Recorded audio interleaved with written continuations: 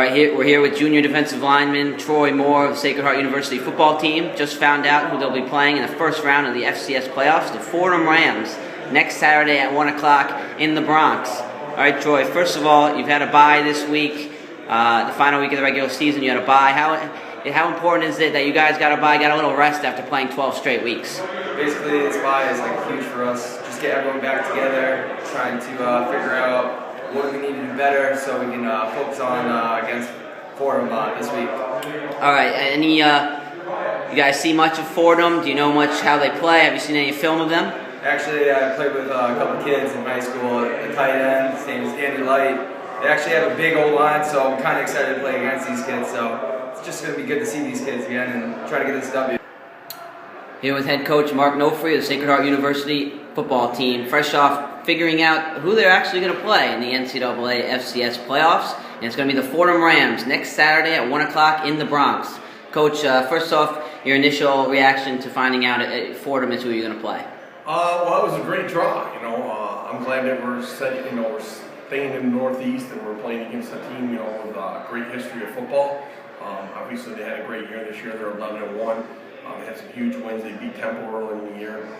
They got a great quarterback and a good offense. So, I'm excited about the draw. I like the fact that it's close. We'll get a lot of travel for our fans, and people from the school are excited about it. And I'm anxious to see how our kids respond. And I'm sure they'll be ready to go down there in the Bronx next Saturday, and I can't wait to get started. Yeah, kind of an interesting schedule you guys had. You played 12 straight weeks, and then the final week of the regular season, you had sort of a bye. I mean, how nice is that to have this week off, and you got the playoffs next week?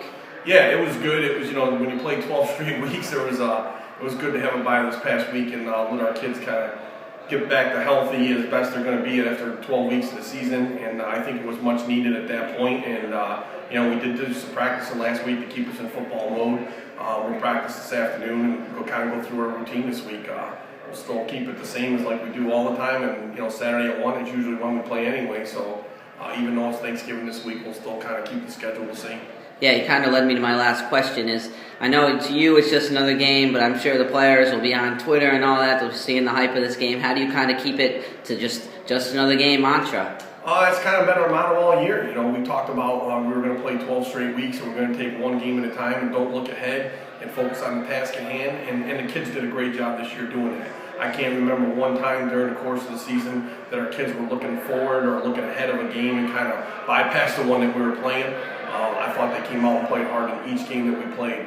And again, that's going to be the theme this week as well. It's a playoff game. Obviously, if you win, you keep going. If you lose, you go home. And that's kind of the way you got to take it. Take the same approach that we took to get us to 10 wins. We'll continue to do the same things that we've always done. We'll practice the way we practice. And like I said, the kids will be prepared and they'll be ready to go. I'm sure of that. And it's just a matter of going down there, executing against a great football team. All right, thanks, Coach, and good luck this week. Thank you.